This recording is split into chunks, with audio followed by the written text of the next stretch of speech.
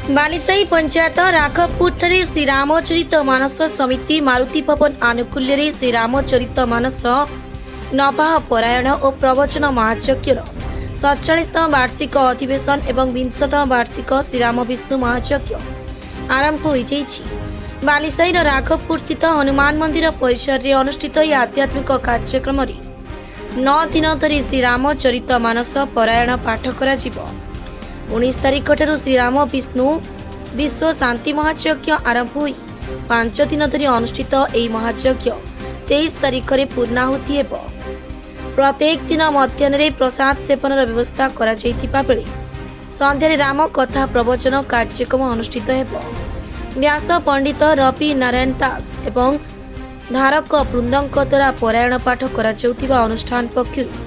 सूचना मिली। रजनीकांत दास बालिसाई ठाकुर पाखे आम कर्मकर्ता सब कौन कहे जो श्रीरामचरित ये तो आमर प्रत्येक वर्ष सरस्वती पूजा अधिवास हुए तापर 9 दिन रामचरित मानस हुए शेष 5 दिन श्रीराम यज्ञ प्रत्येक वर्ष ही आज की 47 वर्ष है ये अनुष्ठान चलती अनुष्ठान प्रथम लोक सीतानाथ दास तांकर गत 2 वर्ष तले देहांत हो मंदिर जन प्राण प्रतिष्ठाता होती सी मुख्य ये मंदिर हबार मुख्य उपदेशा सी तो अनुष्ठान टी गढ़ी चली जाती आम ये समस्त सहयोग बचे अनुष्ठान अवतरण षडंगी दीर्घ 46 वर्ष है ये अनुष्ठान ये रही आर प्राण प्रतिष्ठाता वीरकेशव दास महाराज ब्रह्मलीन एवं हरिनारायण साथ उपदेष्टा से सब स्वर्गप्राप्त होतापर ये अंचल प्रतिष्ठित जन शिक्षक श्रीयुक्त सीतानाथ दास ये अनुष्ठान को आरंभ करी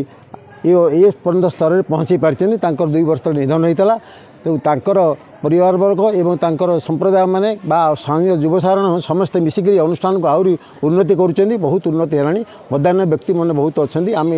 260 जन प्राय मेम्बर अच्छा वार्षिक मेम्बर से द्वारा मान साहय सूत्र आज मंदिर में परिस्थिति पहुँची प्रतिदिन यज्ञ हो पारायण हो पूर्णिमा दिन पूर्णाहुति करा ये अंचल ये प्रतिष्ठित मंदिर एथर बहुत लोग समागम होती आर उन्नति हो ये कामना भगवान पाखे। जय श्री राम।